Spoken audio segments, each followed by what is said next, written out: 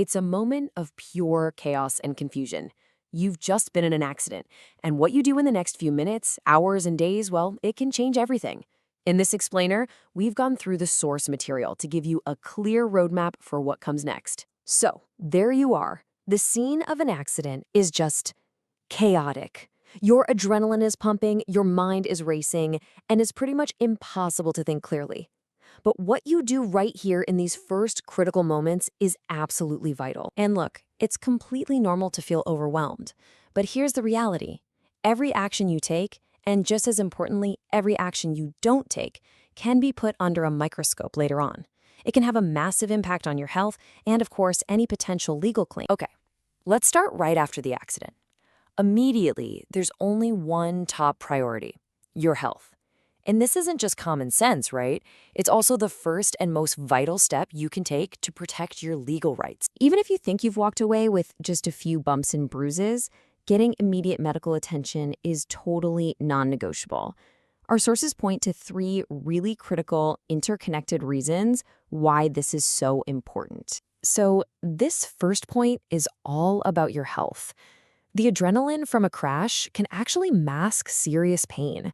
For instance, what feels like just a minor headache could actually be a concussion. Delaying treatment doesn't just risk your health.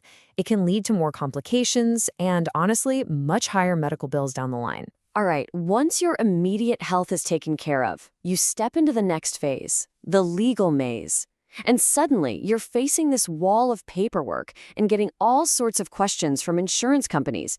It's really easy to get lost. And this is a huge worry for so many people. You might be out of work, medical bills are starting to pile up, so you're thinking, how could I possibly afford a lawyer? Thankfully, the legal system has a specific answer for this exact problem. The answer to how much does a lawyer cost me up front is often this big number right here: 0. You pay nothing in attorney's fees unless your case is successful. And this is all made possible by a pretty powerful tool called a contingency fee agreement. It's really simple.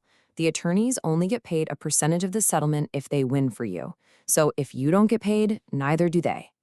This model is specifically designed to level the playing field, really giving everyone access to legal help when they need it the most. So, with that cost barrier out of the way, you might be wondering, what exactly does a personal injury lawyer do? What value do they really bring to the table? Well, let's break it down into 3 key areas. First, they figure out what your claim is truly worth. You gotta remember, the insurance company is a business, and their first offer is almost never their best one. Your attorney is the one who digs into the medical bills, talks with experts, and calculates a fair value, which gives you a clear target for negotiation. Second, they become your own personal evidence-gathering machine. A strong case is built on a mountain of proof. They're the ones hunting down the official police report, tracking down witnesses, and compiling every single medical record needed to build an ironclad case on your behalf. And third, they act as your guide and your shield. They handle all those stressful calls and letters with the insurer, which protects you from saying the wrong thing. They know the common pitfalls that can sink a claim, and their whole job is to steer you safely around them. Okay, so let's dive into those pitfalls because this is so important. What you don't do can be just as critical as what you do. You have to assume the insurance company is scrutinizing your every single move. After an accident, you need to master 2 things. First, become the perfect patient. Follow every single one of your doctor's orders to the letter. Second, go dark online. Our sources warn that investigators will scour your social media looking for anything to use against you.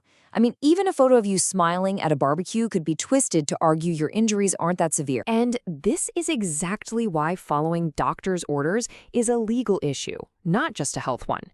If you skip a physical therapy session, the insurer can use this legal concept called duty to mitigate damages.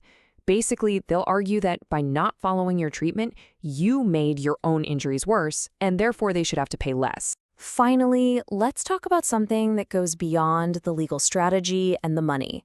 There's a human element to this journey that is absolutely essential for recovery. It's all about finding the support you need to truly heal. The quotes we found in our research are so powerful because they really show how personal this process is. Like this person shared, recovering from an accident can be isolating and even depressing. Feeling like you have a team that genuinely cares about you, that can make all the difference. This quote highlights another key role a legal team plays. For most of us, the legal world is foreign, it's intimidating. A good lawyer doesn't just fight for you, they demystify the whole process. They hold your hand through it, and they give you the peace of mind that comes from knowing an expert is in your corner. And that's the ultimate goal, isn't it? Justice isn't just about a check. It's about having the resources and the certainty you need to focus on one thing: healing.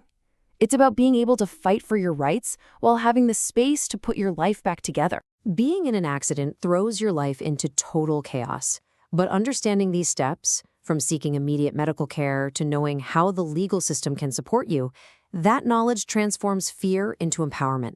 It equips you to protect your health, defend your rights, and focus on what truly matters: your recovery.